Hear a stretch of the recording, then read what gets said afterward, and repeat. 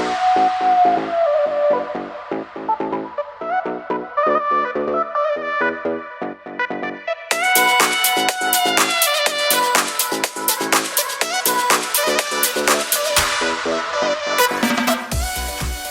hey there Chantoey fam, we are so happy to see you again and happy to bring Chantoey Visit Tokyo Day 2, where we go to some pretty amazing places. So we go mainly in Kamakura and Enoshima on this video, and we see a ton of stuff.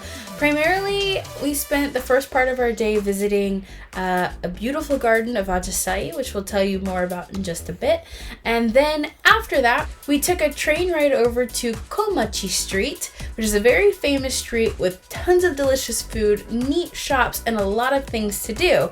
But what's really cool about this street is it leads up to a very famous shrine where we got to spend some time at. It was a beautiful shrine, and we can't wait to tell you a lot more about that. There really is so much more. I can go on and on and on about it, but let's just watch the video. Show 'em. Yeah, let's just watch the video.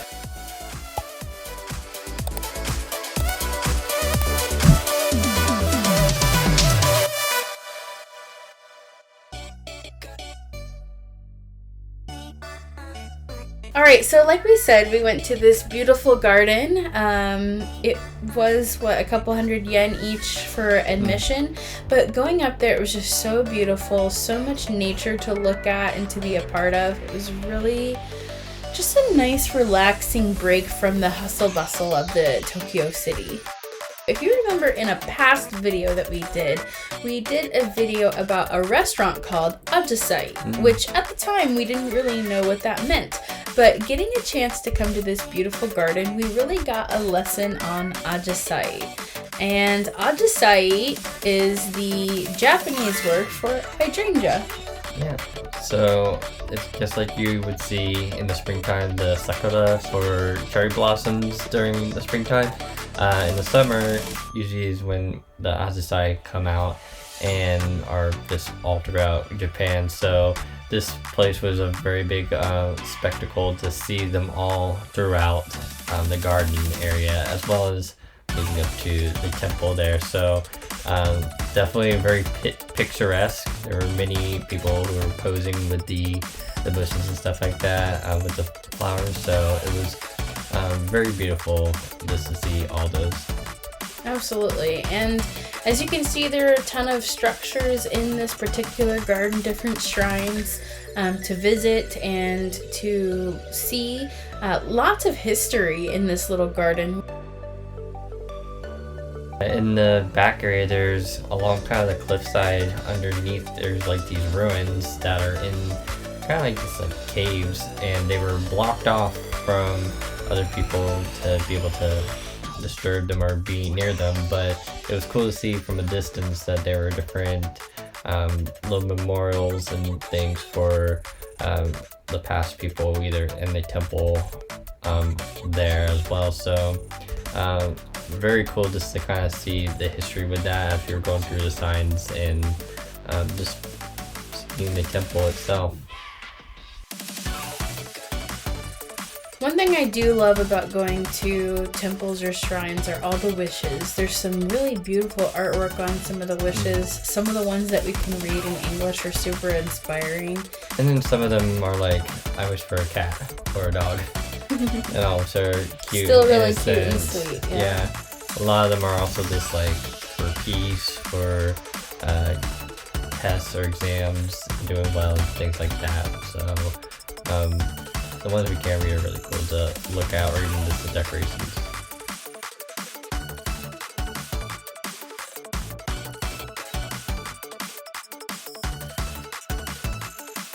So if you remember in our Murakami video, we got to see another kind of a rock garden. You could see the pink Ajisai, where there's no water, but it is rocks instead, built to look at as if it were like a watered landscape, which was really beautiful to enjoy. Another Japanese lesson for you today. It's this idea, there's not really a word for it in English, it's more of an idea. It's called komorebi. And it's basically when the sun goes through, the foliage or leaves, that kind of moment or that angle that you're looking at is called komorebi. And so it was very evident here that we got to see that as we go through the bushes and the different covers and all. You can see that moment, and so it was a cool lesson for us to learn.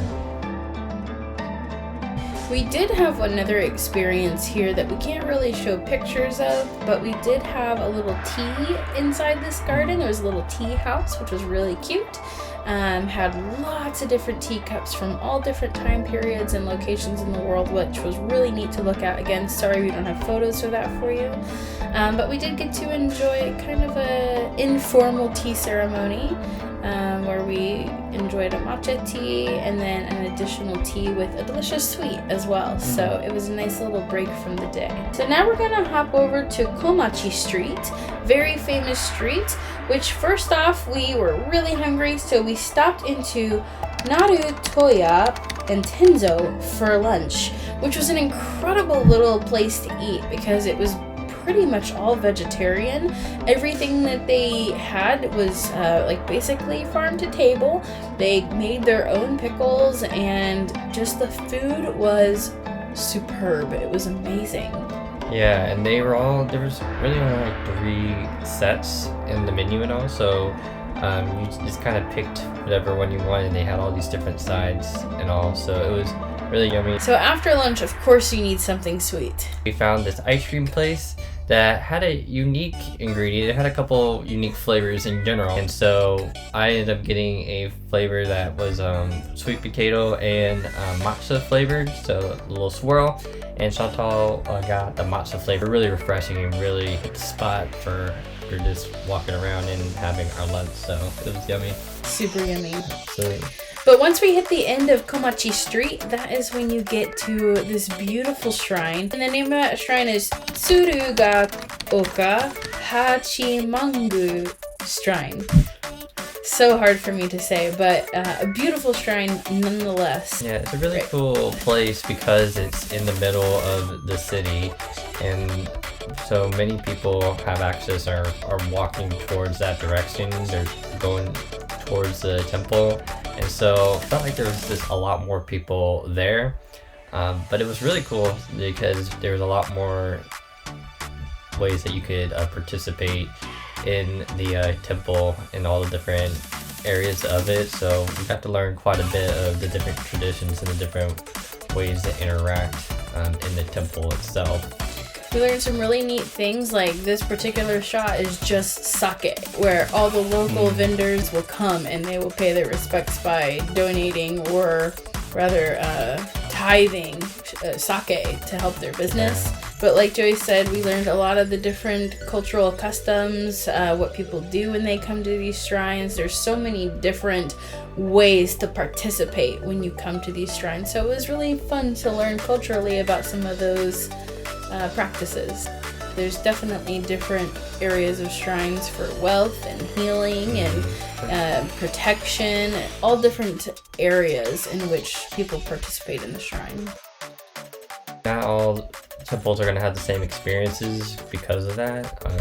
So it's kind of really unique when you go to a place. Sometimes you might get into this mindset of everything's always the same, but depending on where you're at, sometimes there's things that you don't normally see in a temple just for that certain place as well. Yeah.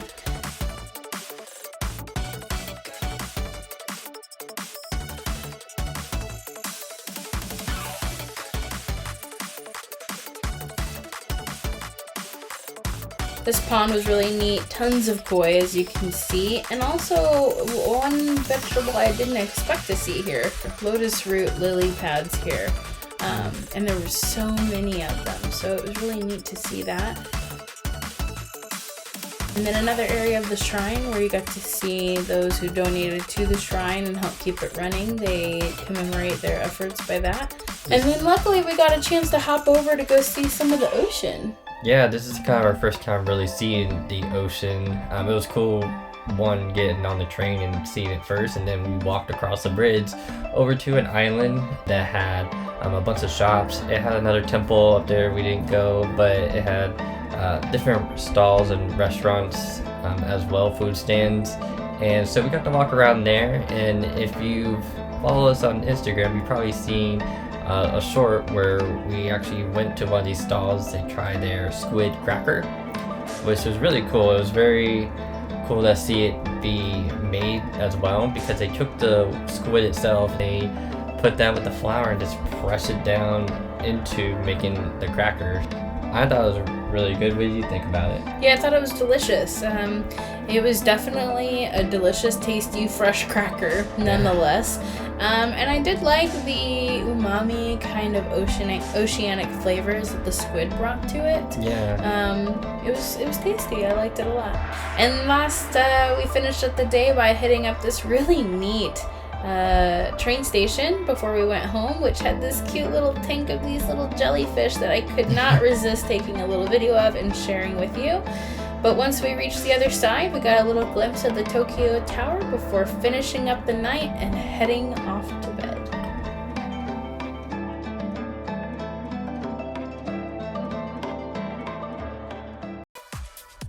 So that concludes our second day in Tokyo. We have one more day that we have here in Tokyo before we move on to the next part of our trip. So to be able to make sure that you don't miss that, keep it locked here so that you can see when that gets posted. So if you haven't already, make sure that you like this video, subscribe to both our channel and our other social medias, and we look forward to showing you where we end up on our next day, as well as further on our trip in Tokyo. So for now, we'll see you when we see you. See you when we see you. Bye.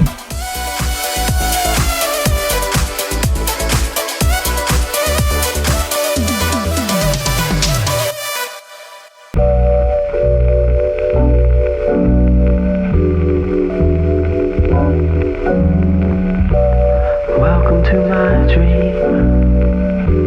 It's good to see you again.